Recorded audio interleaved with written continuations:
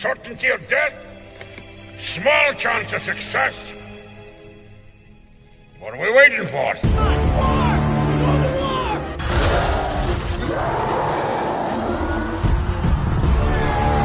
Fellas, I feel this is my lucky day.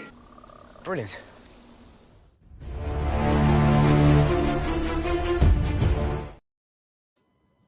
Hey, and welcome to another episode of Rankin.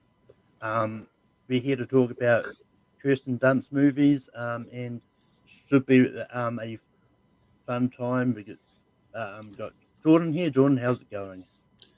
It's going good. I just want to say happy birthday to Malcolm. It's his birthday today, so everyone wish him a happy birthday. It was actually my birthday a few days ago. But oh, what? For some reason I thought.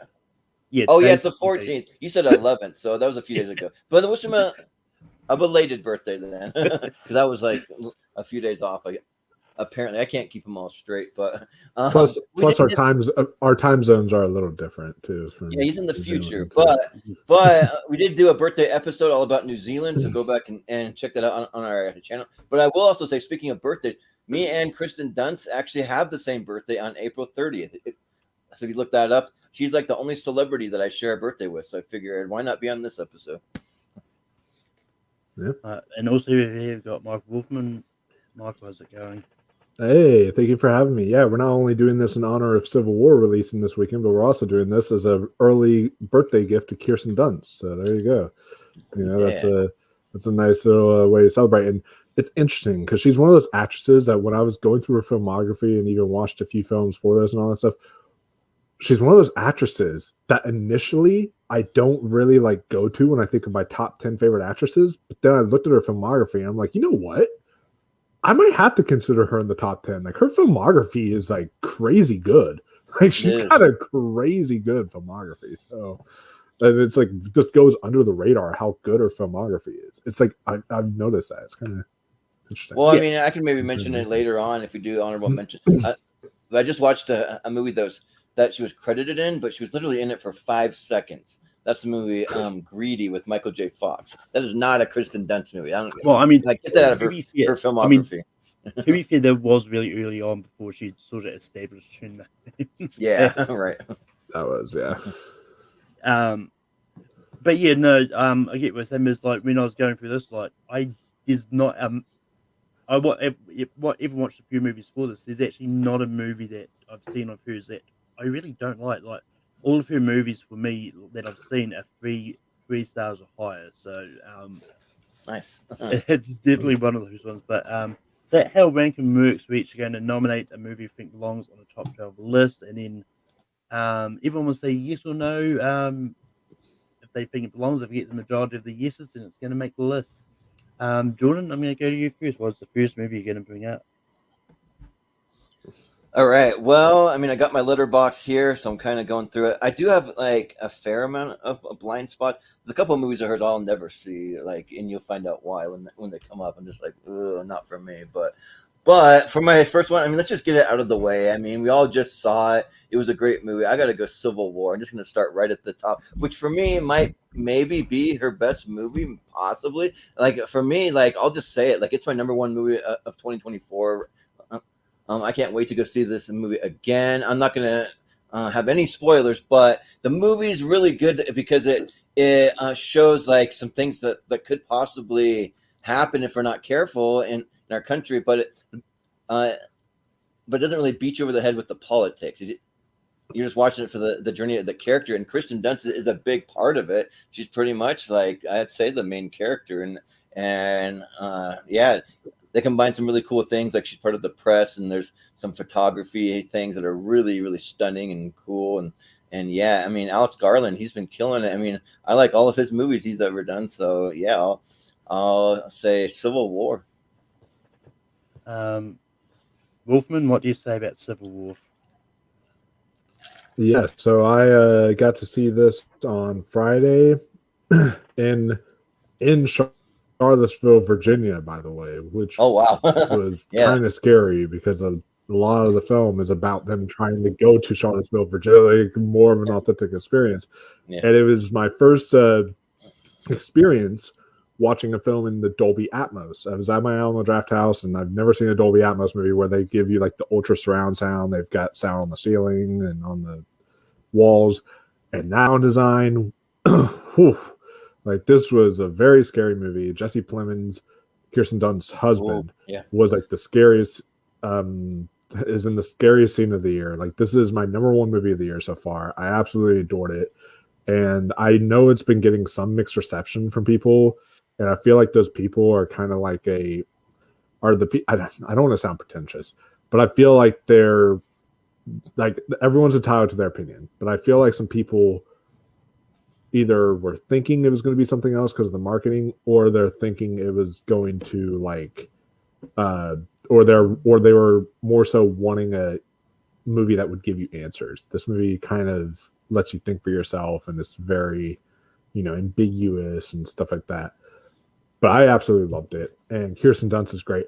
I actually don't know who technically is. I feel like everybody in this movie is kind of a lead in some way. Yeah, because Kaylee Spaney is kind of the lead a bit, and then the guy also felt like kind of a co-lead. So it's kind of interesting. But yeah, she was great. The movie was excellent. So I would definitely say Civil War belongs on here. And also, I'll just add that I appreciate that like it's a movie that really trusts its audience to just like let them decide what they want to believe in and like what they think is like really happening and like all that stuff. So I really appreciate that. So I was gonna throw that in there. Yeah. And I get what you're saying. Like, I would argue that the four people that just go, they're in that car are the main, like, all the lead, all co-leads. Like, I don't think there's a true like standout one lead. Yeah. So this is one of those ones that is more ensemble. This is and yeah, I think like because I know my friend Dan, like he'll like often say about movies that come out in just the right time, and considering with what the American election's going in at the moment, like scary. Like it's one of those ones like this. I feel like this one was released in the same as in the right time, especially with all the stuff going on outside of the states, like in Gaza and Ukraine and all that. But yeah, this is just one of those movies. Like I didn't know what to expect, honestly. I just went in and I didn't expect to love it as much as I did. And yeah, it's great. I'm going to keep this as spoiler free as possible, just because it's one of the. Even though there really isn't too much to spoil per se, but it's also one of those ones like I don't want to give anything away either, because I will say the ending like shot just really sort of gave me chills and stuff. So, yeah. But and if Nick Offerman everyone's for president, don't vote for him because he clearly doesn't do a good job. Yeah, apparently not. So yeah, Civil War is going to be an easy yes for me as well. So Civil War is going to make the list, and we're going to go to Wolfman next. I also just want to shout out real quick, like the music choices in the movie. Like I love the music choice at the end there that they played and stuff. Like there was I know, same here. Like at the end of the movie, everyone got up and like left the theater, but I just sat there through the credits and just was like just sitting there in the moment, just like taking it all in. So it was good. Mine. I'm gonna start off with is my number one Kirsten Dunst movie of all time. Definitely in my top 10 movies of all time, period. And that is Eternal Sunshine of the Spotless Mind. This is a beautiful film. One that you guys can go check it out on my channel now, but I just did a rewatch of it with JPO for its 20th anniversary. And yeah, that was a lot of fun. This is just a film that every time I rewatch it, I catch something new every single time, and the performances are all excellent. It has my favorite script of all time, and just the way it's written and how the characters feel and how just natural the dialogue feels. And Kirsten Dunst is great in this movie, and the twist that pops up with her and like the professor and all that stuff that happened is also very excellent. If any of y'all have not seen Eternal Sunshine of the Spotless Mind, I heavily recommend y'all seek this one out, because this is an absolute masterpiece, and it is just Charlie. It is like Charlie Kaufman. Yes, JPO does approve of this. It's his favorite film of all time, and it actually might have creeped up into my top 5 because of my recent rewatch. I have to think about it before I creep it up in my top 5, but it might have on my most recent rewatch. I adore this film. It's for sure in my top 10, but it's excellent. My favorite Charlie Kaufman film and my favorite Kirsten Dunst film. So, Eternal Sunshine. Yeah. Yeah. How upset JPL will be if we say no to it. But I mean, look, I'm not as high on it. I'm not as high on Eternal Sunshine as everyone else is. I do like it. I do think it's a good movie. And yeah, and I'm still going to say yes to it. Like, I'm not that much of a dick. Because it's just on my personal number 12 anyway, so it's just there. And yeah, so it's an easy yes for Eternal Sunshine for me. Jordan, what do you say about Eternal Sunshine? Yeah, so it was a movie. So Eternal Sunshine was a movie that when I first saw it, I didn't love it. I thought that it was like really trippy and really weird, and I thought that I should have been like high or something when I watched it. But I mean, this movie, it has been growing on me, and like I'm a big fan of the entire cast. I think it's a great cast all around. I like seeing like Elijah Wood in there and Mark Ruffalo, and then Kristen Dunst kind of pops up as like the girl, kind of like she's with Mark Ruffalo. It's like they work together, but then they're kind of like sleeping around, and then Elijah Wood tries to step in, and it's kind of interesting. I mean, the main plot is around Jim Carrey and Kate Winslet, but I think she's pretty good in it, and the movie has been growing on me, and I'll say yes to it. Yeah, I think it definitely deserves a spot, and I think the more that I watch it, that I'll like it more and more each time, probably. So, yeah. But Eternal Sunshine is going to make the list. And my first pick, I'm going to go for a movie that I watched a lot growing up, and it's just one that every time I watch it, it still brings me the same amount of joy. And I'm gonna go for Bring It On. Like, Bring It On is one of those movies that I didn't know I was going to like as much as I did, but it's just one of those ones like dance movies and in general chilling movies like I really find entertaining, because it's like you can watch so many dance and chilling movies, and it's never going to be the exact same plot.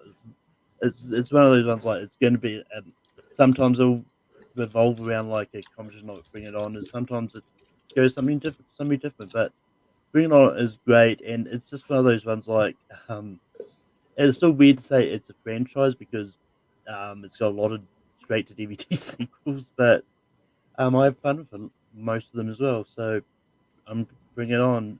Jordan, what do you say about Bring It On? Yeah, so I'm just double checking my my list here. You know what?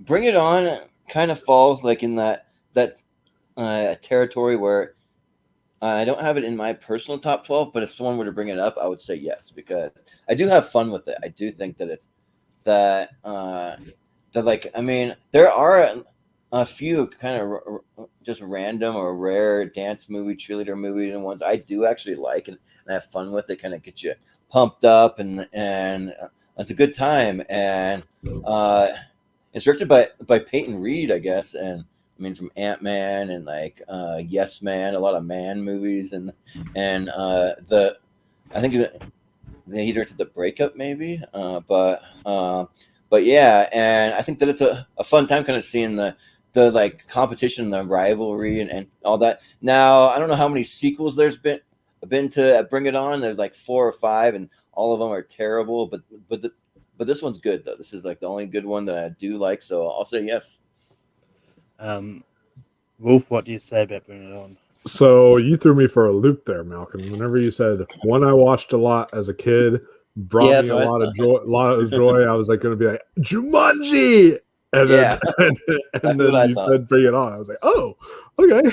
I was like, yeah, that still works. But you threw me for a loop there.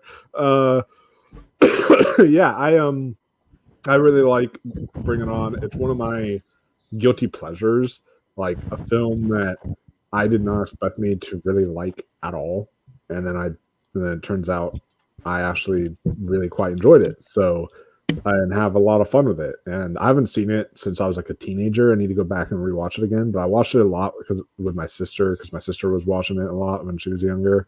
And I was like, she's like, watch this movie with me. And I was like bored, and I had no friends coming over, and I was like, you know what?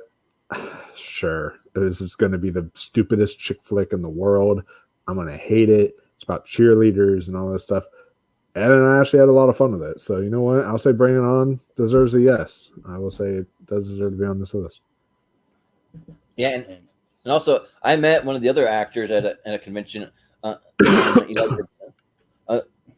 Elijah Dushku, and you could get an 8x10 of her from Bring It On and get it signed if you wanted to. I mean, I wasn't about to, but still you could. So, But Jordan, we go back to you. What is your next movie you're going to bring up? so I'm just gonna go in with some obvious picks. I know, but because we'll get into kind of more of the minutia stuff, but I'm gonna go with probably I'm a big Spider-Man guy, so I got to bring up my favorite one of all, and that's Spider-Man 2. I think that one is the best one, and also one reason why I'm like willing to say yes to some of these other movies is because I might even be in the camp where I could see 2 Spider-Mans maybe making the list, but we'll see. I'm not sure. Totally sure about that. But Spider-Man 2 is great. I think that the stuff with like Kirsten Dunst and Alfred Molina as Doc Ock really works. It's really where you get to see the relationship really grow, because in the first Spider-Man, you have them just kind of meeting and like getting to know each other, and they're kind of like starting up a romance. But in this one, you got the relationship, and they have ups and downs, and like all over the place. You see Kirsten Dunst is like an aspiring actress, and like all these different things, and it works really well for me. I mean, a lot of people that could play Mary Jane, but I mean, I think Kirsten Dunst did a great job. So I'll say Spider-Man 2. Wolf, what do you say about Spider-Man 2? Yeah. So Spider-Man 2 is also my favorite Spider-Man movie. I loved it when I was a kid. I wanted to be Tobey Maguire's Spider-Man so much. I wore a Spider-Man muscle suit and would jump off my bunk bed and would jump off, my table and land on my face. That's probably why I am the way I am now, and all that stuff, because I wanted to be Spider-Man, and I would do stuff like that. And it was. We should didn't jump off your roof or something. Yeah, at least I didn't jump off the roof. But it was such a great film for me as a kid. And revisiting it years later, I came up with a conclusion for me. All right, it's not the greatest comic book movie of all time. It's not, but it is the greatest superhero movie of all time, because when I watch that film, I think of it literally is about what it means to be a superhero, and how being a superhero can have its ups and its downs, and how sometimes you won't be expecting what comes your way, but just the fact that people will still love you just because you're the hero to them. Like, it has just all those themes to it, and that's why I think it's like the definitive superhero movie. And so absolutely it deserves a yes from me on this list. And she is a great Mary Jane. My favorite Mary Jane is probably from the PS4 video game, but she's still a great Mary Jane though. Yeah.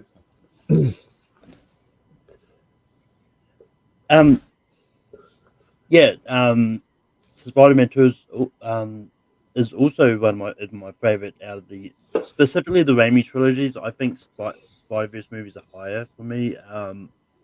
But Spider-Man 2 I think is great, and this is one of those ones where like even the chemistry between like Mary Jane and Kirsten, Toby, and like James, like all work because obviously the first one, I don't know if they had met before or anything. Like I didn't think the chemistry was quite there in the first Spider-Man movie, but I think She even the kind of second dated one. Harry, I think, for a little bit in the first one, I think. So yeah, Well, yeah, no, I mean it's rather. I was talking about the chemistry in general, like yeah. as friends, but Spider-Man 2 is sort of where they sort of built on that chemistry and got more comfortable with each other, and I think it worked. Like, and it's one of those ones. Like, I think Spider-Man 2 is really good, and I think they gave Mary like Kirsten Dunst more to do, which is why I probably would have gone for this one over the first one in this anyway, because she does have more to do in the movie. So I'm gonna go Spider-Man 2. No, I mean I'm gonna say yes to Spider-Man Yeah, 2. right. Yes. But I yeah, knew what you meant. if that Spider-Man 2 is making the list, Bro, and I'm sorry to interrupt, but like, I did not know. I'm going through a whole filmography right now. I had no idea she was in the Crow Salvation, one of those like bad like Crow sequel movies. Ooh. Like, I just looked that up. And I was like, wow, okay, that's Yeah. interesting. but Wolf Prodigy next nomination was the Crow Salvation. Yeah. It is not going to be the Crow Salvation, that's for sure. But my next nomination I'm going to go with is, going over her filmography again, I realized this woman has worked with Sofia Coppola 4 times. I'm like, so we have to have a Sofia Coppola movie on here. And so I thought, why not go with the best one, in my opinion? Not the best Sofia Coppola movie, that's lost in translation, but the best Kirsten Dunst Sofia Coppola movie, and that is The Virgin Suicides. I think this film is excellent. It's very, it's just such good performances from Kirsten Dunst and the whole cast. It's a beautiful coming of age story. The cinematography is just so vibrant and beautiful in this movie, and the way Sofia Coppola directs it's just truly magnificent. And yeah, it's like all everybody, all the sisters have like great chemistry in this, because it's about a group of friends who become obsessed with these like 5 are sheltered by their strict religious parents. And I just think that it was very fascinating and just such a profound and beautiful movie from Sofia Coppola. So that's why I'm going to pick The Virgin Suicides. Yeah, this is one of those ones like I haven't got around to seeing it. It sounds interesting. So I'm a little bit torn. I did say to myself, like I will give blind guesses to movies if I think sounds interesting. But this, after reading the plot, it's like this is one of those ones like it sounds interesting, but it's one that I don't know if I want to rush out to see based on the subject matter. But you know what? Just because there's probably going to be a lot of lightness on here, I'll give it a blind yes. Jordan, what do you say about The Virgin Suicides? Well, I'll say that I also haven't seen it. It's a blind spot, and but like after reading the synopsis compared to other Sofia Coppola movies on the list, this seems like more one I would go for. But I think probably now, how does it work? Do we need 3 yeses or 2 for it to make the list? It needs 2, so it's already going to make the list with my blind yes. Okay, well, it's already going to make it. So I was kind of leaning more towards no, but I mean, if I was going to give any kind of blind yes, this may have been a potential one, but I just haven't seen it yet, so I'll say no for now. And I do want to throw out that out of all the Sofia Coppola movies, like this is probably the most popular Kirsten Dunst like one that she is in, because The Bling Ring wasn't all that popular. The Beguiled wasn't all that popular. Marion Antoinette has its fans, but it's also not like as popular as The Virgin Suicides and as acclaimed It's a virgin suicide. So and to be fair, like Bling Ring probably wouldn't have counted too much for this because she is only a cameo in it. I don't think she's a big part of that movie. that's true. Yeah, That's a good point.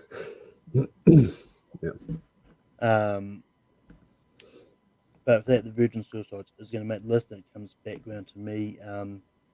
And I'm going to go for one that I actually watched for this, just to see where this goes. And this is one of those movies that I've seen pop up on a few things when I've done prep for the summers, but just never got around to see it. But finally did see it for this, and it's a movie that's called Dick. Pretty much this is about like two girls. Kirsten Dunst, I want to say it's Michelle Williams is the other one. Like it's two girls who become interns for Richard Nixon during the Watergate scandal and all that, and unwittingly discover sort of the tapes and all that. But I just think it's a really fun comedy, and just Will Ferrell as a small role in this as the person that like breaks the story and all that.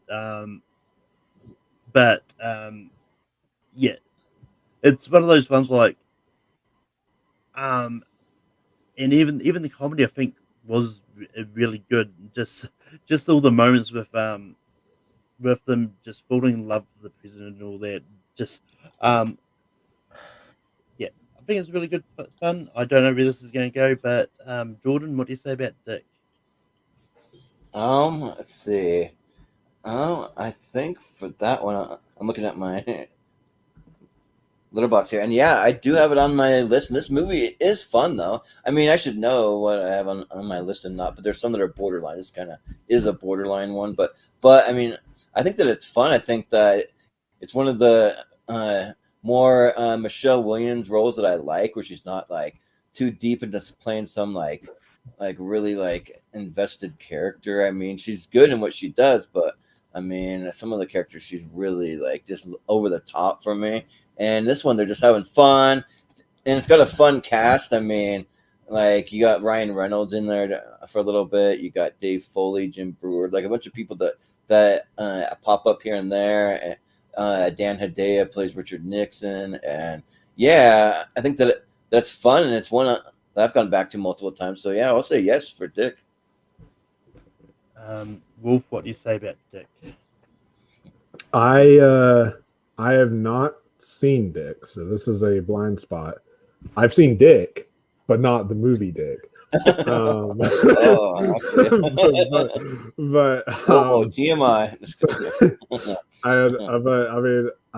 I will say it's from Andrew Fleming, who's a really good director. I love The Craft from Andrew Fleming, and Bad Dreams is pretty fun, and some of the other movies that he's done. So I'll definitely have to check this one out.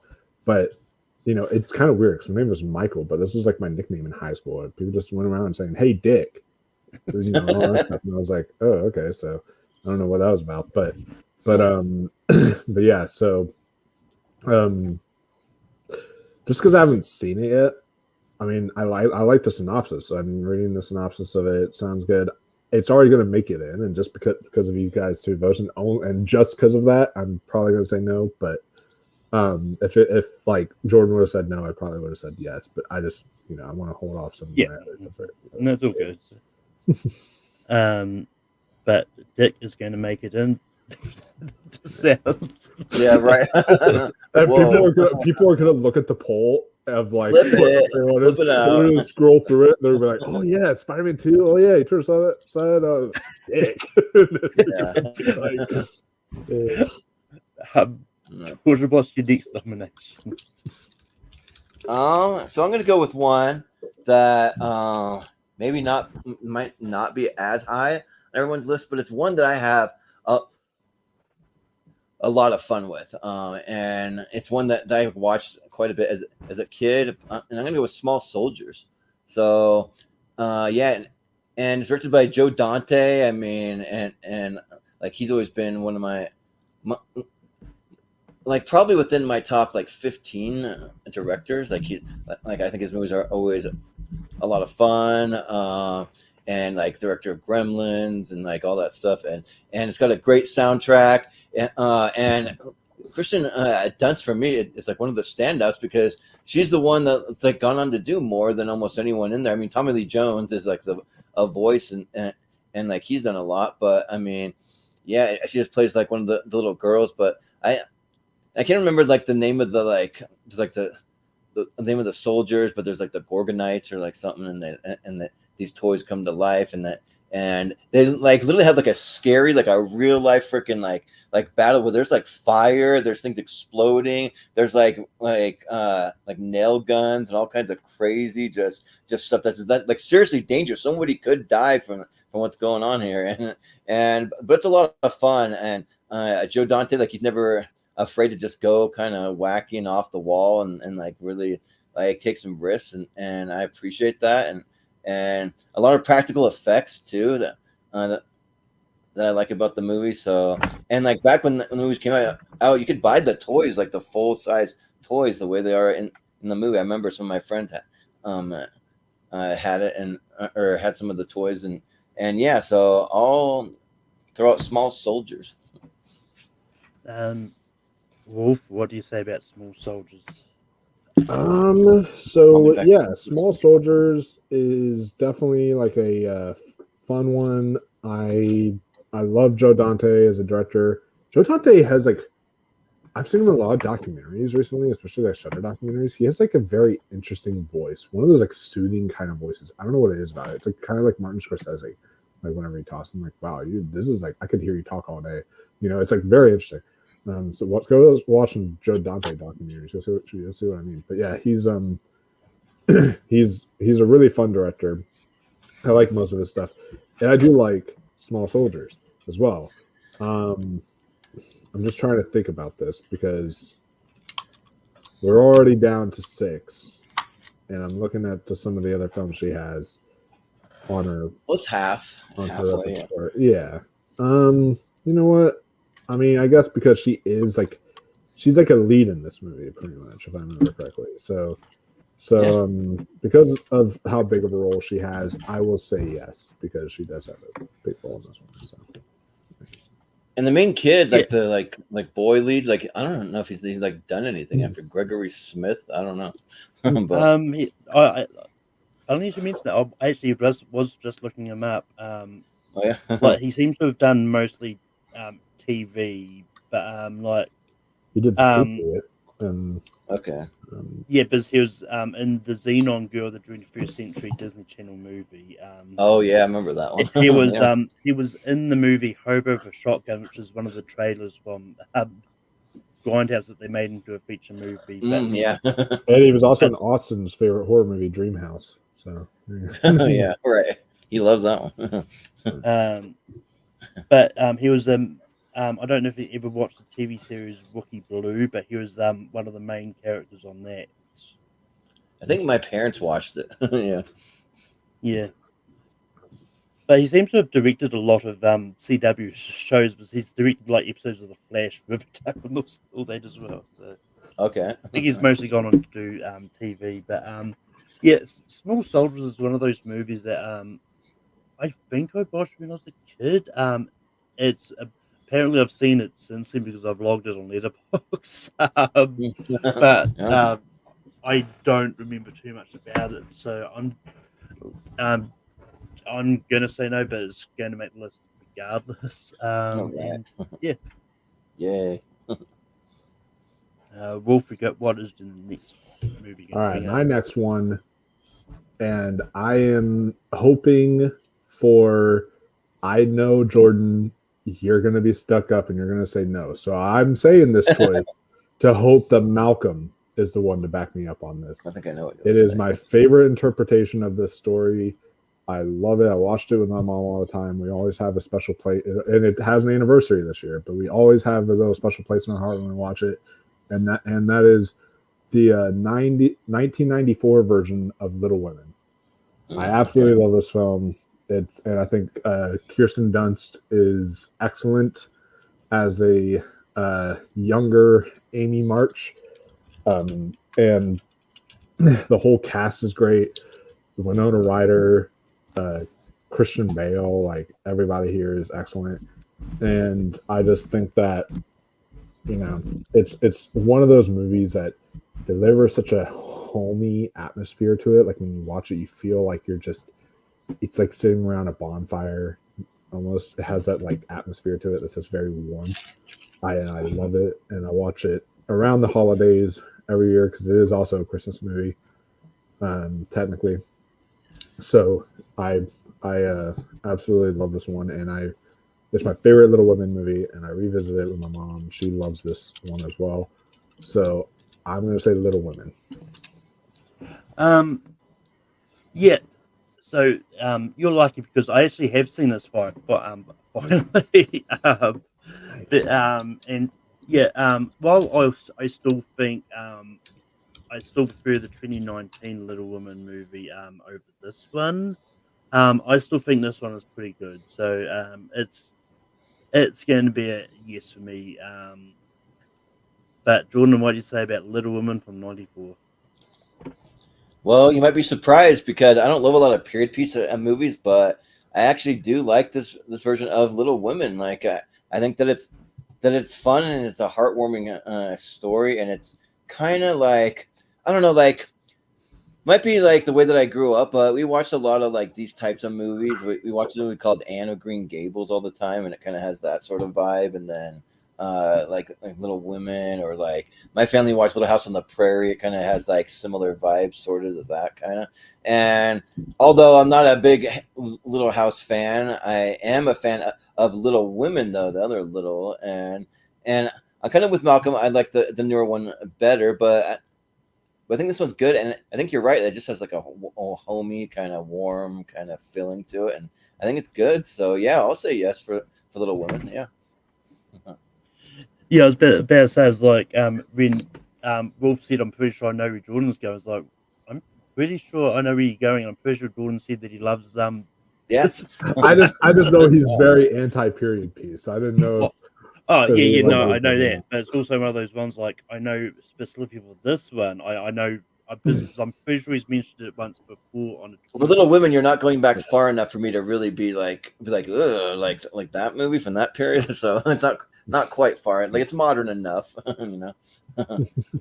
But anyway, Little One is going to make the list.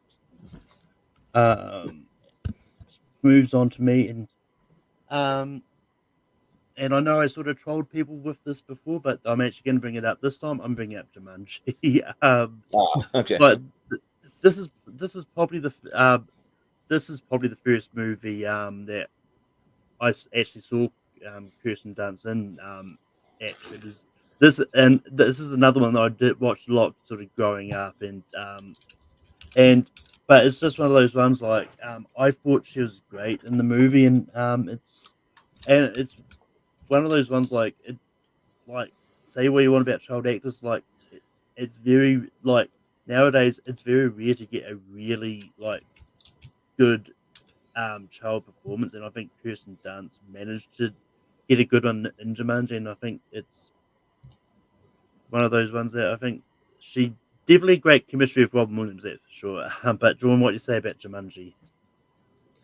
Yeah. Well, in the jungle, you must wait until the dice reads 5 or 8 or 12 or 8, something like that. But yeah.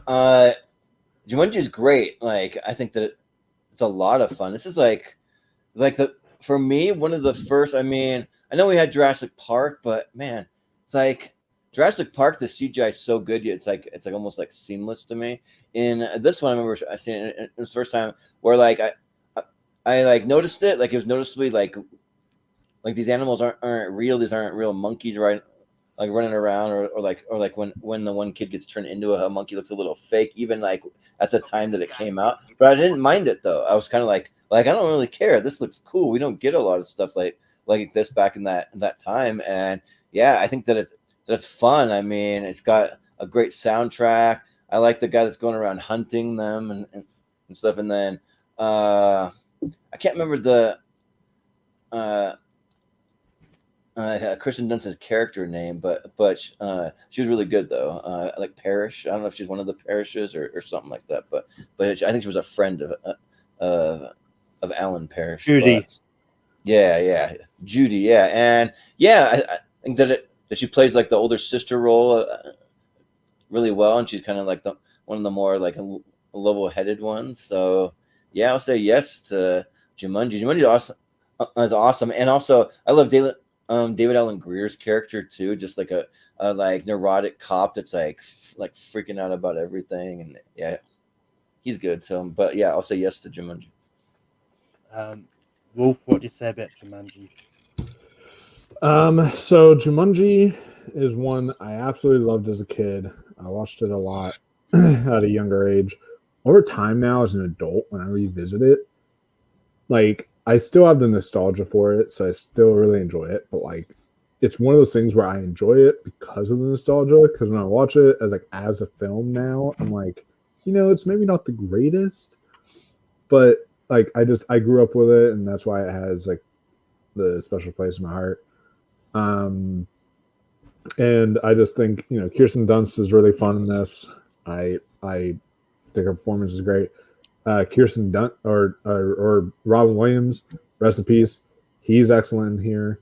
I think he is giving a really fun, charismatic performance. And there's just I still probably it's still probably my favorite Jumanji film of all the ones that we have probably. I don't know because I like the first one of like the new Jumanji films that they've done. That one was really good, but this one though is still a lot of fun. And so you know what? Sure, I'm definitely gonna say yes. Which, by the way, I work at a Goodwill and I work in the donations area, and somebody apparently donated. I guess it was a movie novelization. Unless it started out as a book. I don't know what happened, but either it was started out as a book or it was a movie novelization. But I got like an actual book of Jumanji, and I was like, and it had like the poster on it and everything. I was like, whoa, wait, what? So did it start out as like a kid's book or something? I thought that's maybe what it was. It might have been. I can't remember. But yeah. So yes, for me. But that Jumanji is going to make the list. I was just quickly looking up something. So,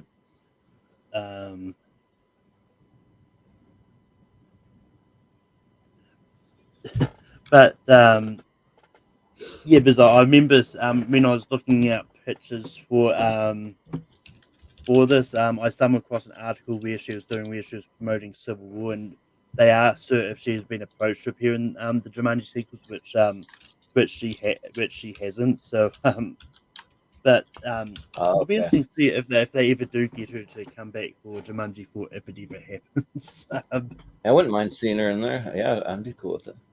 But I mean, that being said, they have to find a way to bring her back that's not sort of just putting it in just for no reason as well. So yeah, hope that Jumanji is going to make the list. Jordan, what's the next movie you're going to bring out? I always forget we only have 3 people. I gotta like have my stuff ready to roll. But I think I know what I'm gonna go with. It's one that I think like I really like. It's kind of a good like sort of like family friendly one, like more so. And I'm gonna go with Hidden Figures.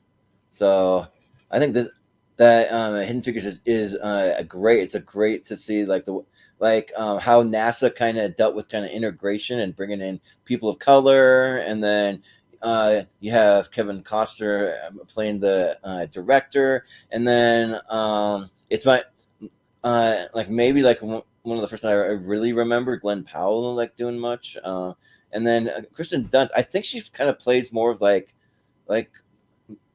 one of the more racist kind of like people, if I remember right. Like that kind of was like sort of like against doing the like bringing in people of color and that kind of thing. But with it, she played it though. She did a really good job for the role though. The role actually fit her really well, I thought. And yeah, this is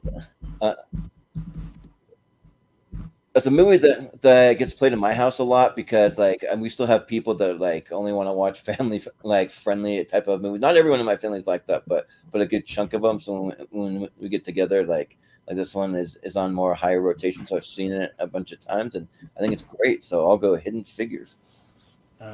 Wolf, what do you say about Hidden Figures? So I'm going to get some hate when I say this. All right. I kind of think Hidden Figures is a little overrated. Like, there are films like The Help, which I thought would be overrated when I first watched it, loved it.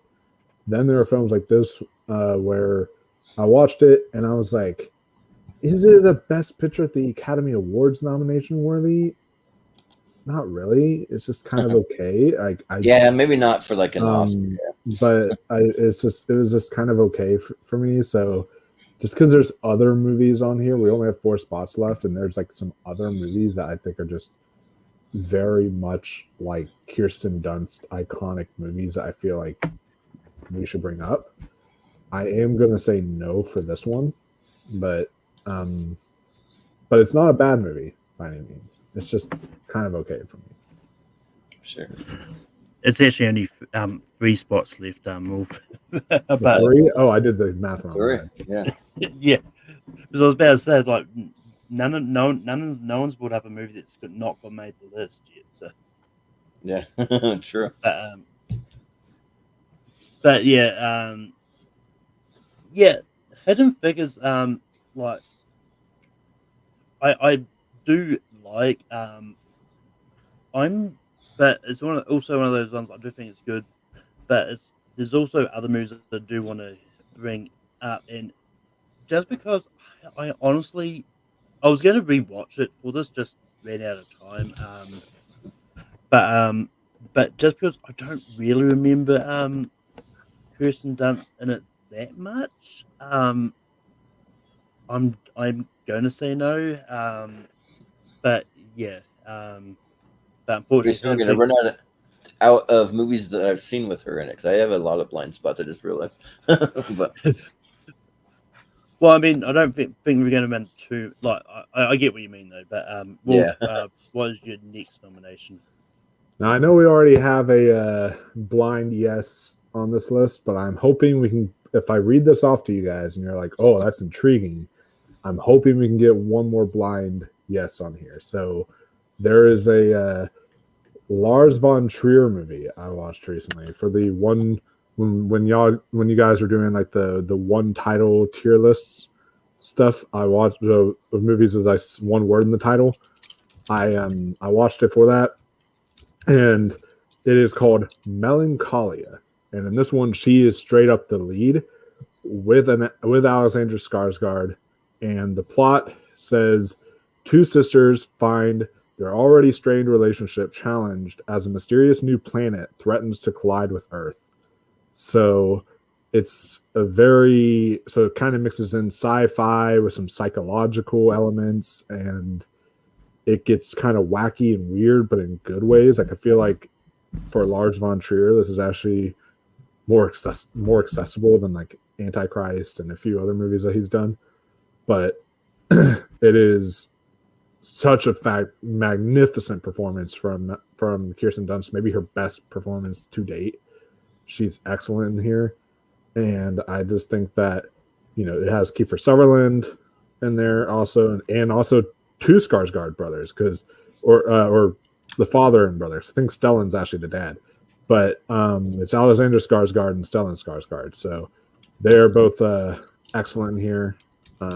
John Hurt is in here; he's great. Yeah, it's just a very fantastic movie. If y'all haven't seen it, I highly recommend it. But I'm trying to be as vague as possible because his kind of films are films that you really want to spend time and just sit there and watch it and go in blind and then just process it and think on it after you see it. But it's excellent. Now, I haven't seen it, but is it a period piece movie? I don't know if it is. It looks like it from the poster, but I don't know. It's not. That's her and her wedding. That's her in her wedding dress because she's getting married in the movie. Okay. It's a modern day movie, but she is getting married in the movie, so like pretty much the whole movie takes place around this at this wedding or the reception or whatever. Like a good chunk of it takes place there, and so she's in her wedding dress pretty much for like the whole movie. So that's what it is. Okay. So this is one that I'm kind of really torn on because the plot itself sounds really interesting, Yeah. but it's also one of those ones like I don't want to do another blind guess because there's the other movies I want to bring in. So just because of that, I probably will check it out, but I am going to say no because there is other movies I do want to bring up that I have seen. But Jordan, what do you say about Melancholia? I mean, hey, Jordan, you've already got a lot of blind spots, so you're going to have to start saying blind yeses here soon because you've got a lot of blind spots. Steven's giving you a reason. I haven't seen it, but yes, she does get naked in the movie, so there you go. That's another plus. Oh well, it could be a selling point. But so we have 3 spots left. I'm just trying to see, like, what 3 I would want to like put in there. It's just hard because I'm looking at the movies that I've left, and like nothing that I have left, I'm like that like enthusiastic about. 2 of them probably, but then 1, it's like, what am I gonna put for that 3rd one? I just think that I just haven't seen it, and until I can really see it and like know if I'm gonna like this kind of weird like thing, like I was reading Roger Ebert's review on his website where like she's running through the woods and trees are like grabbing at her, or like just I don't know, there's like weird things going on, and it may be something I really like, but it also seems like one of those toss-up movies that could be 50-50, so I just can't totally get on board, so I'll probably have to say no for now. Sorry. Yeah, it's one of those ones like because I know Austin. I think we moved to Austin the other day about this. I think even Austin said he doesn't think you'll like it. Yeah. Okay. Yeah. Probably not. Yeah. But I mean, it's. I know. I think Austin does like it though, because I think on the streamer I think he mentioned it, and he was like, "Yeah, this is a good one." But he was like, "But I think on the stream when I brought it up, he was like, "Yeah, this is a good one. Jordan don't watch it," kind of thing." Yeah. But yeah, that's about right.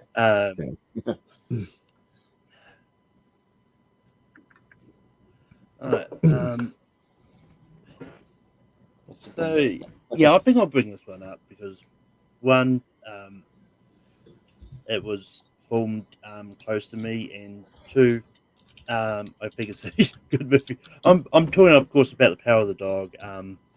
I think Power of the Dog is a great movie. It's one of those ones I don't normally go for Western movies a lot, but Power of the Dog I think is a good movie. I think it deserved to be nominated for what it did at the Oscars. And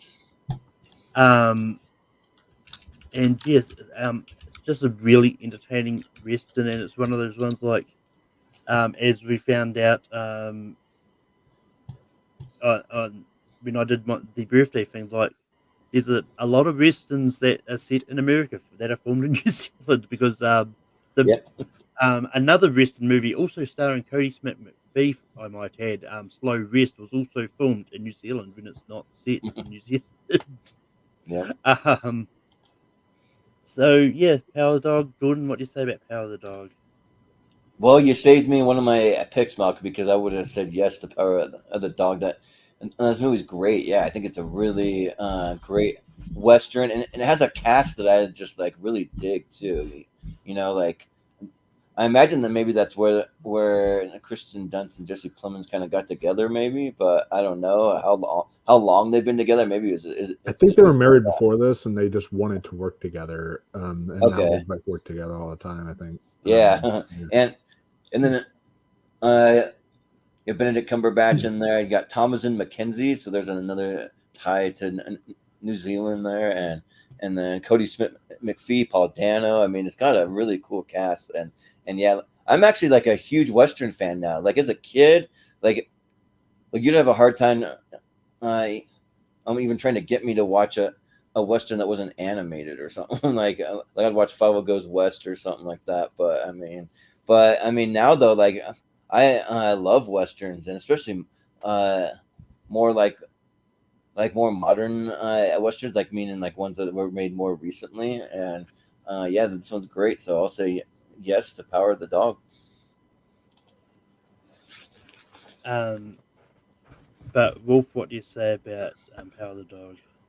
Well, let me just say, Jordan, you keep on surprising me today, man. Like, because first off, with the whole, oh no, Little Women's like an exception period piece I really like, and now you actually being a fan of Power of the Dog, I was thinking you were going to say that this movie's boring and it's just like there's people in rooms talking, and I was expecting that kind of a movie review from you, but you actually really like it, and I'm kind of surprised, but happy because I also really love it. So I will also say Power of the Dog. So yeah, this is one that was like, it was between this and Coda throughout the year to win Best Picture, and I did like Coda a little more, so I'm happy that one won. But I am still really like Power of the Dog, and I think it did deserve Best Director for Jane Campion. It was very well done. Benedict Cumberbatch is great. Kirsten Dunst is great. Jesse Plemons is such a subtle actor, but he's so good. And he's very subtle though. But like I love how his subtle work. He like shows up at her front door, and he's just like, he's just very subtle about what he's there for and everything. Yeah, it's very good. People have called him crackhead Matt Damon. It's kind of funny. But no, it's all around, it's an excellent movie. The cinematography, the score, the Johnny Greenwood score in this was so good. I wanted to point that out because to me, I think it was like the best score of that year or something like that. It was like really, really good. So, yeah, definitely Power of the Dog. That was actually going to be my next film. I would also going to bring that if no one else did. So yeah, when Jesse Plemons showed up in Civil War, I was like, I actually did think it was Matt Damon for a second. But also, Kirsten Dunst started saying Jesse Plemons. That it looks like they met on the set of Fargo, and which was they started dating in 2016. And Fargo season 2. Engaged, and we met. They were married like 5 years after they were engaged, but COVID probably had a role in it too. If you haven't seen Fargo, go watch that. Season 2 is the best one. But if that Power Dog does make the list, Jordan, what is your next nomination?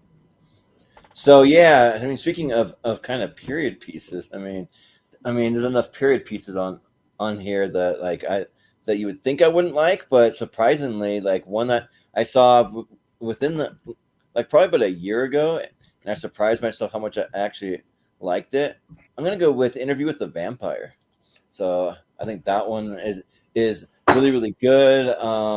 And I think that like not only is like Tom Cruise like really great as the Lestat and then Brad Pitt, but like Kirsten Dunst kind of brings more of like the fun and kind of excitement and like the like levity. Like I can't remember. I've only seen it once, but I can't remember if she plays like a love interest or if she's just like the younger kind of just fun vampire kind of running around just with all the like more the energy and like that kind of thing. So, but yeah, I just remember a character just like being kind of like annoying, but like not in like a way that like maybe not want to see her a character. I'm like no, like they're more annoying in a good way, if that makes sense. Like it's kind of like annoying for what the movie's doing, but like I actually kind of like her. Like keep being annoying, like annoyed Tom Cruise and that. So So I'll say Interview with the Vampire.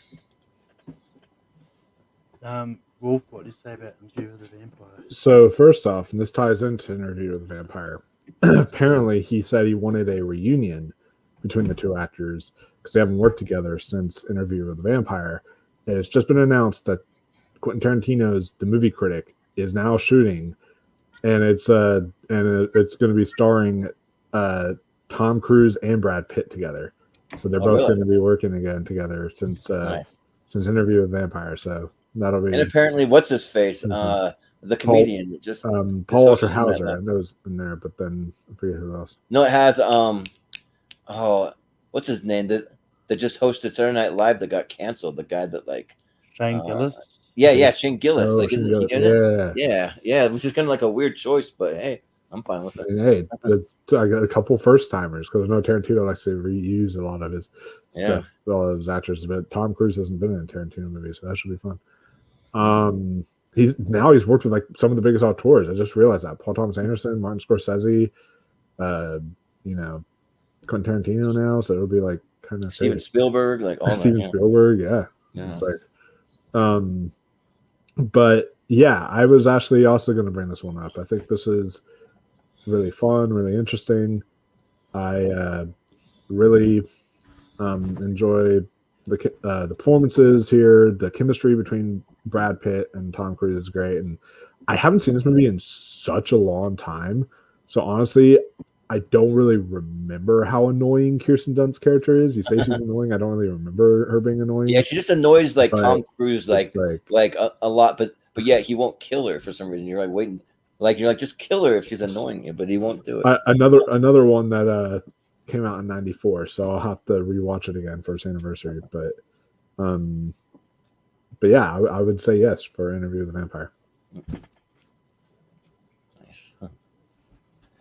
Yeah, the Interview with Vampire is one that I haven't seen in a while either. I've seen it once, but yeah, and it's another one that even though Kirsten Dunst, just from the plot, she has a big part of it. I don't remember her in the movie, but that being said, I do like Interview with Vampire. I think it's good.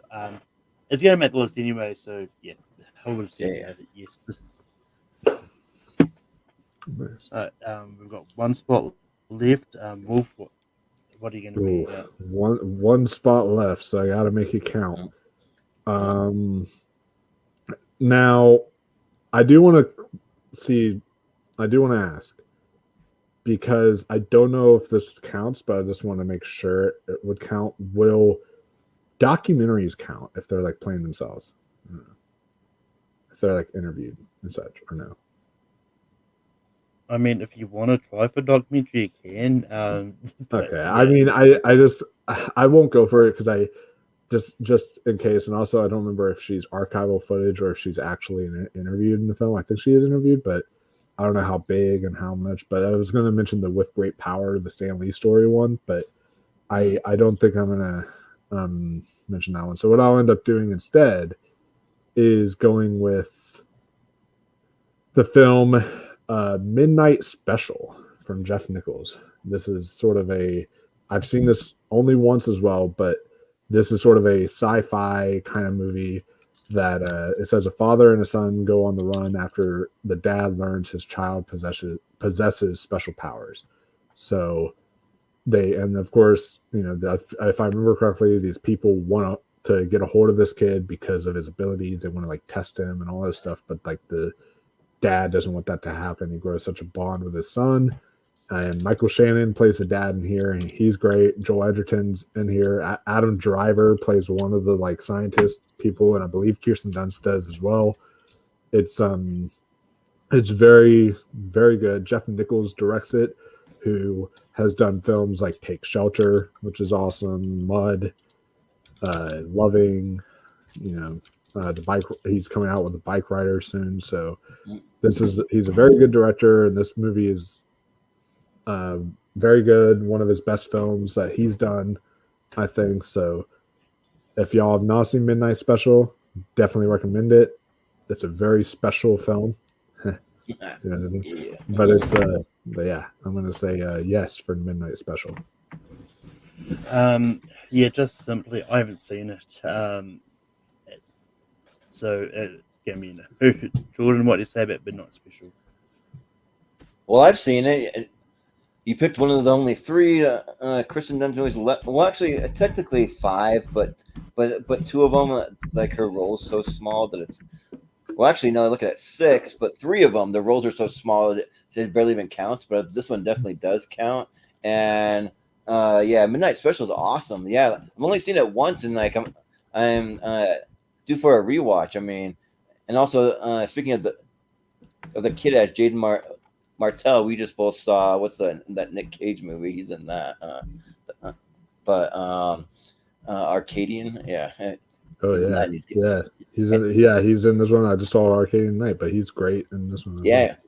Yeah, but yeah, Midnight Special is great. Like I'm a big Joel Edgerton fan. Like for me, like he's never given a bad performance. I think he just gets better and better. Same with Michael Shannon, really. And Kristen Dunst, yeah, her kind of, yeah. I think she is a scientist with Adam Driver, and yeah, I think that and it's got some kind of like character actors that'll pop up, like Sam Shepard pops up, Bill Camp, like some of those, but yeah, I'll say yes for Midnight Special. If you haven't seen it, like, go check it out. I think it's really underrated. There's a lot of mystery behind it, so I won't like say too much to really spoil anything, and a lot of tension, and it's good. Yeah, and Jeff Nichols is becoming one of the best working directors today. Like if you look at his whole filmography, like really that's good stuff. Yeah. But that brings us to the end of this portion. We've still got to rank these, but just to I grab recap, my whiteboard. we got Civil War, Eternal Sunshine, Bring It On, Spider-Man 2, Virgin Suicides, Dick, Small Soldiers, Little Women, Jumanji, Power Dog, Interview with the Vampire, and Midnight Special. Gonna go into some honorable mentions. So one I was going to bring up, but I wasn't too sure how I was going to go. Is Kiki's Delivery Service, because like Kirsten Dunst was one of the voices on the English dub version of that. I watched this weird movie. I think this is a Netflix original. I'm not too sure, but it's called Upside Down. Basically, the plot is like it's about this world where like people live in up or down, like, and there's this bizarre trans thing. It's the best way to think about it is kind of like a Romeo and Juliet type situation where someone from the down, which is the poor area, falls in love with someone from the up area, which is the rich one. It's one of those. It's a bizarre movie that's really hard to explain. Yeah, but I've seen the trailers for it. It looked interesting. Yeah. Yeah. And I'm one of the few people that apparently I quite like Marie Antoinette. I probably would have brought that up eventually. Yeah. And another movie that I watched for this, I watched a movie called Woodshot, which is pretty much a Flatliners type story, which someone takes drugs to sort of hallucinate and talk to people. That I might be misremembering it. But it's a very trippy. I know drugs are involved anyway. But Jordan, what are some honorable mentions that you had? I don't have too many because we're getting into like not many other movies that I've seen. I mean, I'll shout out Wag the Dog. It's been forever since I've seen it, so I don't remember a ton about it. But and then I'll bring up Wimbledon. That's one that I thought would be boring, and it's actually like pretty like interesting and a lot of tension and stuff in there. And then I'll say Elizabethtown. I mean, I know Steven, I don't know if he's still watching. He's a big fan of Elizabethtown, but and then I'll say I watched this movie. There was a Michael J. Fox movie called Greedy, and I should have known she's literally in there for all of 5 seconds. You just see her standing behind her mom in one scene. She doesn't even have any dialogue, so that's like doesn't even count. So, but yeah, I'll just say those. But what are some honorable mentions that you had? Yeah, so some of the honorable mentions I want to mention is the first Spider-Man. I just didn't want to overload the list of Spider-Man movies. That's why I didn't. Oh yeah, mention same here. The first one, but Shut that one out because I wanted to give some of her other films a chance. But that one I would have shouted out. Marie Antoinette. I'm also like one of me and Malcolm. Yes, Marie Antoinette stands. We're the two only fans of that movie. Yeah. But we both really like that one. And then I would have also shouted out Anastasia. That one where she plays Oh, yeah. young Anastasia, where that one's actually really good. And then one I'm very shocked that Jordan didn't bring up is On the Road, because that's got Kristen Stewart and Kirsten Dunst No, on a road movie. So there you go. You get to be on the road with both of them. That sounds too exciting for me. Sorry. Nah. And then I'm trying to think. The Beguiled was also one that was pretty good. And I'm trying to think if there's Wag the Dog, and then I'm trying to think if there's any other honorable mentions. Really, I mean, I think that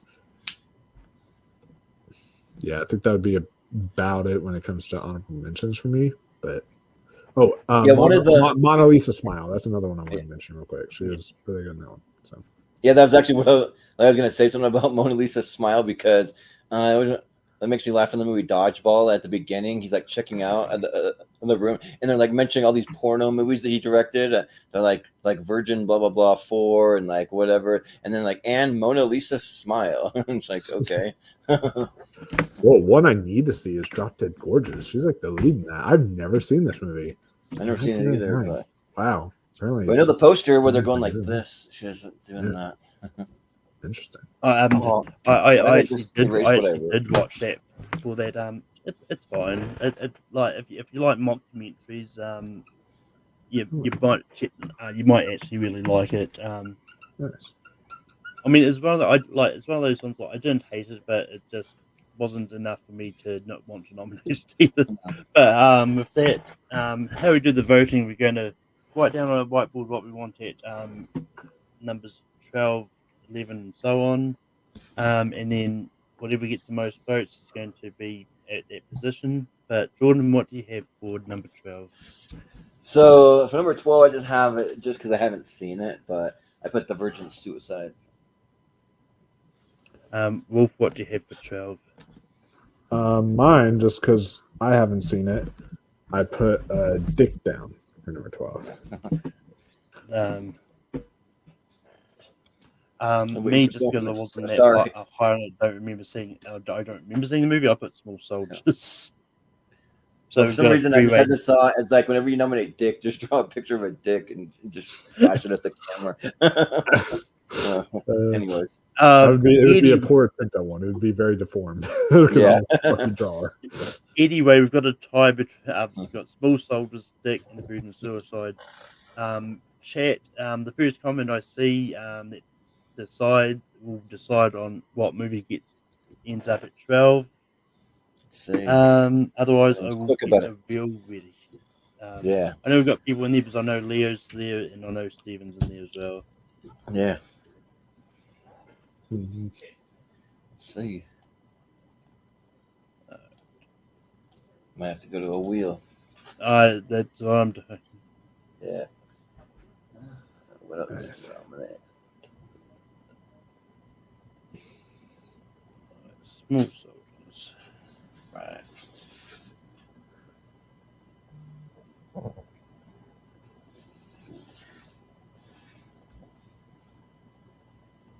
Dick. And Virgin. Let's see who's got luck on their side. Well, it's the chat. Someone say it in the chat. Did you? Because that's the last comment I see is your honorable mention. Yeah. I'll just double check the YouTube chat just in case. I can't see the YouTube chat on my end, so. Yeah. Yeah, I mean, it's one of those ones like all I'm seeing on my end is Put it again, Leo. Suspense. I have a really good joke put together, but it's also kind of dark if Virgin Suicides is 12 after that. Yeah. But I can't see Leo's, but I did see when I went into the YouTube chat, I did see Stephen's comment, which was flagged for review because he went this one. Oh, going with Dick. His flag for review. That's funny. Wow. I mean, that's a name. What if that's somebody's name? Come on. Yeah. That's I thought it was going to be Versus Suicides at first because Suicide also could be flagged for review. Yes, Yeah, so right. that's probably what happened with yours as well, Leo's, because of YouTube and their chats. But It's the same way with like TikTok. When I go into someone's TikTok live, I'll like put something in the chat and it won't show up, and I'm like, why aren't you responding to what I'm typing here? Oh, well, I mean, taken down. it's one of those ones. Like sometimes, like when people do lives, they do have flag words. I think YouTube's algorithm is just automatically when you do something for swear word or word like yeah. Anyway, Right. Wolf, what do you have for number 11? Number 11, I have as Small Soldiers. Small Soldiers. And Jordan, what do you have for 11? I don't know why I even erased it. I keep doing that, but the Virgin Suicides. But Small Soldiers is going to be at 11. Oh man, you need to go back and rewatch Small Soldiers. That movie rules. It might be of all the Joe Dante ones I've seen, it might be my least favorite, but still good. I guess still enjoy it, but it's maybe my least favorite.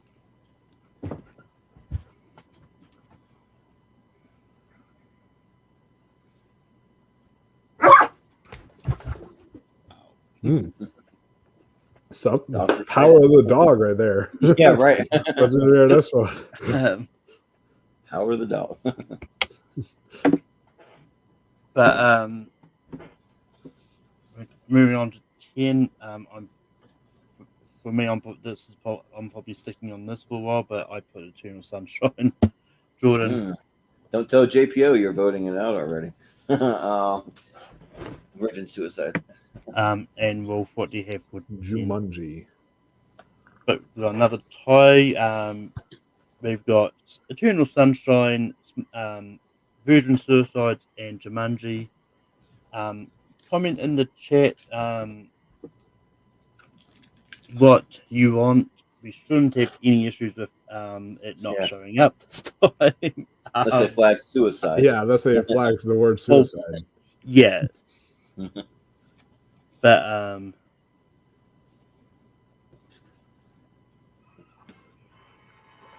yep, which they did flag. Wow. They did flag it. Oh wow. But nice. Right. Luckily I went to the YouTube chat before I went to the thing, because if I went to the StreamYard chat, I would have seen Steven's one. Leo was actually on first, and it is going to be the Virgin Suicides. All right. Hey, still in the top 10. So I'm happy. There we go. All right.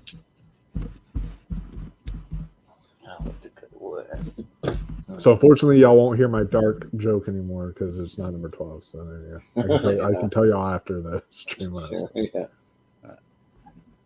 All of a sudden, we're gonna have like Wolf Band from the live stream. All of a sudden, he's just like gone. I just start speaking in the next day, and then I just like get kicked. But anyway, I think I can safely say I think we don't have to worry about movies not showing up in the chat because right. Unless they block war for Civil War. But Jordan, what do you have for 9? For 9, I put Bring It On. Bring It On. Wolf, what do you have for 9? I also am going to say Jumanji again. And I've got Eternal Sunshine, so I've got a tie between Eternal Sunshine, Bring It On, and Jumanji. First one I see. Malcolm. Just saying. I know. It means that I can I'm not doing it intentionally, but it also means that I can just sort of don't have to worry about changing my board because I can worry about focusing on the banners. But it's going to be Jumanji. Oh, Jumanji. Sad. Makes me sad.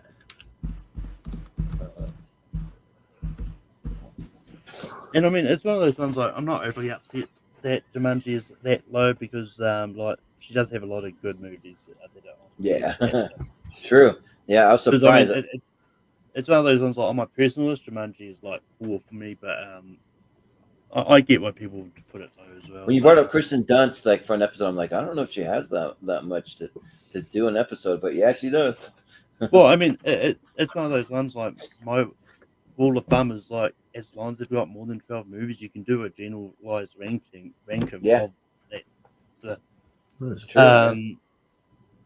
but Wolf, what do you have for 8? So for 8, I have Bring It On. I'm sticking with Eternal Sunshine, Jordan. I also have Bring It On. You're just gonna keep on trying to get Eternal Sunshine eliminated. No, that's not. Oh, And you Don't know have what it I have to say about that? Bring it on. yeah, right. Uh-huh. It's one of those ones. Like I said it from the start. I'm not as high on Eternal Sunshine as the others.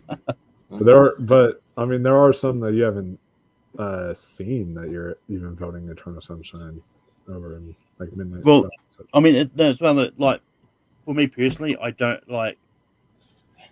vote on things I haven't seen. That makes Just sense. like it's one of those ones. Like unless I really like all the other movies that make the list. Because it's one of those ones like I can't judge a movie I haven't seen yet, really. So Yeah, I guess that's fair. That makes sense. But I'm gonna still go to Sunshine. Jordan, I have Little Women. Wolf. Hold up. I'm writing mine down. Sorry, I'm a little behind. This is not free for all, so I have a little bit of time. In No, 5, Or 4, 3, 2, 1, pens down. okay, I'm just going to shorten it. I said Interview with a Vamp. There you go. Interview with a Vampire. That is what I have at number 7. What'd you say again, Jordan? I said you went Little Women. Yeah. We've got Little Woman, Interview with a Vampire, and Eternal Sunshine. The first comment, once again, first comment I see in the chat will be the one that decides it. And it is going to be Interview with a Vampire. Yes. Okay.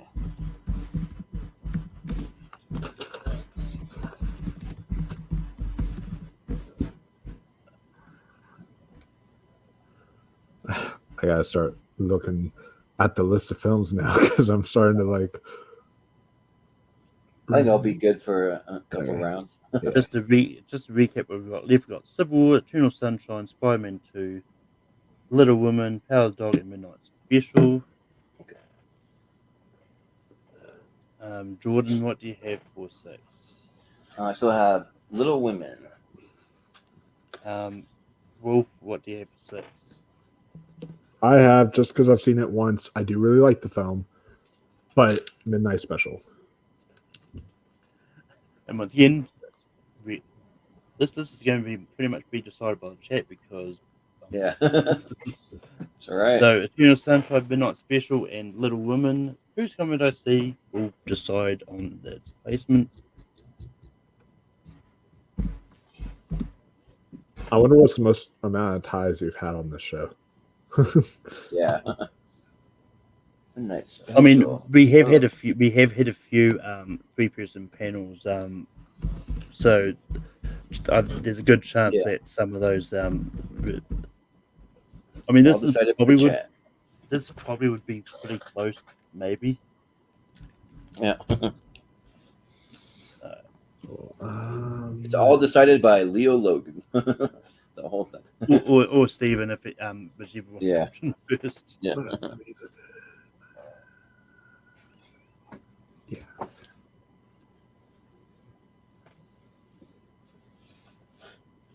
I've got a rule though. I only vote the same thing up to 3 times. Then I gotta go for something different. So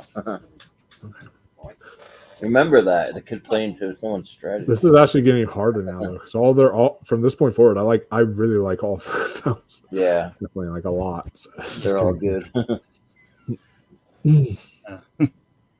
But Wolf, what do you have for 5? So for 5, I'm okay with letting it go. It's still in the top 5. Little Women. Yeah. Eternal Sunshine. Yeah. Jordan. Yep, I'll go with Little Women. Nice. Still haven't made the sequel, Big Women, yet. I'm waiting for that one to I drop. know. Or medium-sized women. Yeah, right. That'll be the midquel if that's a thing. Well, I'm pretty sure there's a sequel book called Little Men or something like that. Oh yeah. We should do that. Shoot, I don't know what to do. And now it's getting hard. Okay. That's definitely what Dick said. Yeah.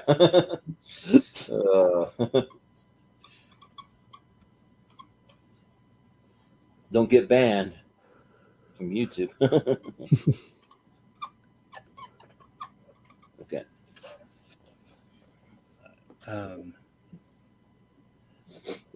But I'm sticking Jordan. Sunshine. Yep. And actually, I'm now gonna go Eternal Sunshine. Oh, Jordan, you're breaking my heart. Sorry. Come on. I mean, I like it. I don't love it. Breaking my heart. I have Power of the Dog in number 4. But Sorry, JPO. It's not the greatest movie ever, according to anyone. Well, I mean, also, JPO is probably happy that it's in the top 5 at least. Yeah, top 5. I mean, that's. I mean, it could be music, could have just not made the list. So yeah, that's true. Or it could be in just the top 12 and not the top 5. So yeah, definitely.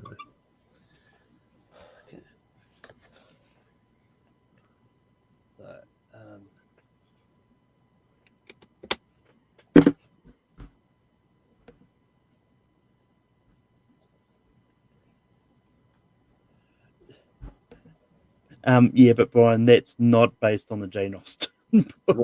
No, it is not Jane Austen. And I think there has been a movie based on called, because I think there's another movie, The Little Men too, which I think is not related to that book either. But anyway, for number 3, Jordan, what do you have? I have The Power of the Dog. Wolf. I also have The Power of the Dog. Call it a clean sweep. Power of the Dog. All right. Nice. Friendly Grand 1. All right, so now we just put our top movie. Yep, and it's between Spider-Man 2 and Civil War. Okay.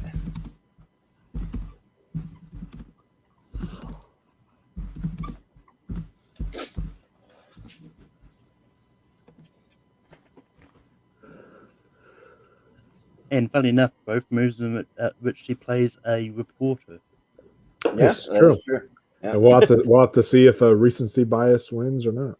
We'll have to see. Because that is never know. That's explained.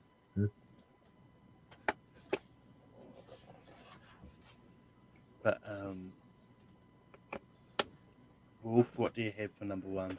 My number 1 film of hers is Spider-Man 2. So it is recently biased for me because I think it's great. Civil War. But Jordan.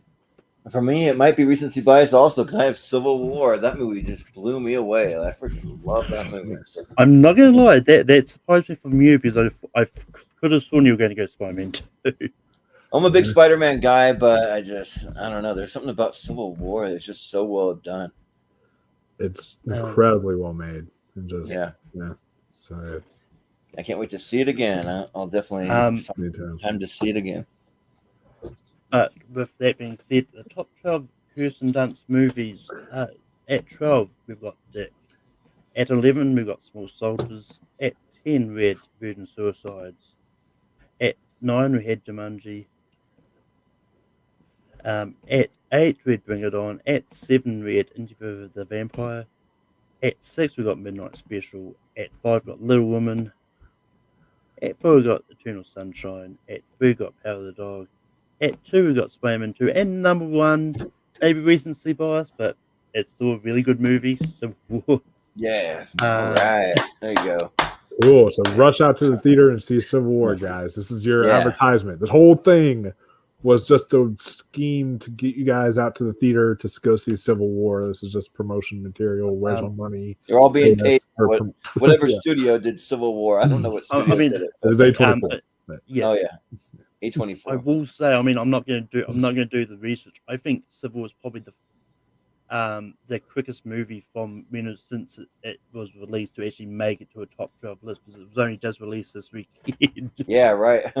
That's crazy. But in my mind, I've only seen 3 or 4 like movies that I just think are like incredible this year. So it's just there's not a lot. But there's been some good movies, but just incredible is just been not a lot of them this year. Yeah. Oh, this is definitely an interesting year. But once again, like I think as we said on the anticipated movies, like it's mostly because of the strikes delaying a lot of things. Yeah, and then like some movies which were going to be coming out this year that was on that, like I think are now coming out next year. Like Saw 11's been moved and stuff as well. So yeah, well, just wait until 2025. It'll be stacked. A lot of the MCU movies were moved, or like just like superhero movies or comic book movies in general. This is going to be another year, a lot like 2020, where it's like the year of the independent films, because apparently the strikes didn't affect A24 and Neon. They were still allowed to make movies and stuff during the strike. Which is kind of interesting. Yeah. So it's like, so this is going to be like the year of like independent kind of films and such. So because they're not part of like the union or something like that. Yeah. Well, I mean, it's not so much that they're not part of the union, but they had exemption from SAG and that to go ahead with filming because like they still used a lot of actors who are part of SAG, but they had the exception to be allowed to film during last year's strike. I kept thinking like, man, A24 is killing it lately. Like they're like leading the pack. So A24 and Neon will both kind of be leading the pack this year, because Neon's got like Immaculate. They've got Long Legs coming out. All those other. Oh yeah, that's right. Yeah. Nice. I mean, I don't normally do that either, but if it's really good, I don't mind doing it. Yeah. It's really one of those ones like. Yeah, no, it's just one of those ones like I like Spider-Man 2, but like Spider-Man 2 for me is a 4.5 stars. Like Civil War was a 5 stars. So yeah, the only reason why, and I love Civil War, it's my number 1 movie of the year. The only reason I didn't put Civil War down personally is I need to give it, even though it's my favorite movie of the year, I need to give it more time before I say it's my favorite Kirsten Dunst movie. And it's one of those ones. It's like each to their own. But anyway, moving on. But moving. On next week's episode of Rankum is going to be, and we don't have to worry about recent bias next week because it's top 12 extra movies of the 1970s. So that's definitely going to be an interesting one. And I've made my letterbox list that there's definitely some movies which. If they come up, it's going to be interesting to see how people tackle those titles. But anyway, Jordan, where can people find you online? You can find me all over the Movie Hero Network. And let's see, this week we have so this upcoming week we'll be doing our championship for our best geek character series. So this. A series that I kind of got some inspiration from something Amaru Moses did on his channel. He just did it on a lot smaller scale, so we kind of just ramped it up, and so it's kind of more of like an homage to what he did, yes, we'll have a 3-parter, so it'll be Monday, Wednesday, Friday. So we will. Let's see, we'll be doing some trivia, which I wanted to actually. See if I could pull up. Oh yeah. So we're gonna be doing a trivia. We decided to do it on 420 is when the next group was available. So I don't know if anyone's gonna be smoking a little bit or what. But the next one a group. It's going to be a match between Brandon Dunlap, Richie Goodacre, Jeremy Paul Adams, and Jeff Snyder. He'll be in there. So you got the In Snyder sneaking in there. So yeah, that should be fun. It'll be the next part of our seen and heard movie trivia tournament. So the tournament's just slow burn, kind of going all throughout the year. So we'll see who gets to take on Jonathan Caro at the end of it all. And yeah, and then we'll get back to some other things. We've had some Wheel of Movies and some other things coming down the line, but that's kind of what's coming up in the near future. Wolf, where can people find you online? You guys can find me on my YouTube channel, Mega Movies, where I'll be doing my Civil War review. I'll probably be filming that either tonight, or I'll be filming a kind of a late like March recap thing where I recap the movies I watched and stuff, and because we like to do that every month, and so we're I'm going to film one of those things, but those you can expect those to be up on the channel very soon. And then also, as far as some other stuff coming up, I'm doing my Halfway to Halloween series where I pick a topic, or I have a special guest. Preferably, I try to get ones who haven't really been on the channel before. But if I have to get people who've been on the channel, then that's fine too. And I get people to collaborate, and they pick a topic, and then we go through that topic, and I just did psychological horror movies with Chadwick Webb on Sunday the 21st. I'll be having the Night Watch Zone, which you guys can check out their channel. They're really cool. I'll be having them on to rank the best horror movie monsters. So all of the monsters within horror movies and such. Nice. We're going to be ranking them. So that'll be pretty fun. You guys can check that out. And also, of course, the drinking game I have with Austin is happening. I'm going to have to reach out to Austin because we planned on doing the drinking game on the 20th. So I'm going to have to reach out to him and see if we're going to now have to push it to 27th or not. But if y'all are doing your trivia on the 20th. So. Oh, yeah.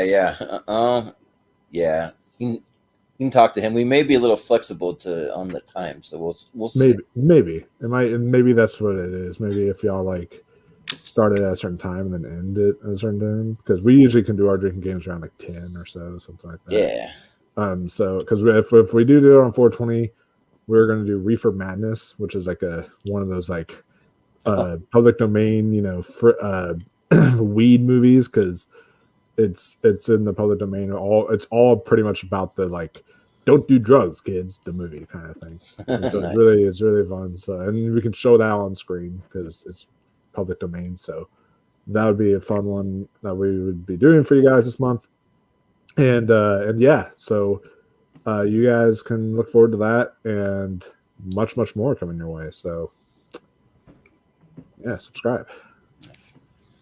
But yeah, you can find me on Tape Productions. I host Bandcamp every week. Next week we're doing top dramatic action movies of the 70s.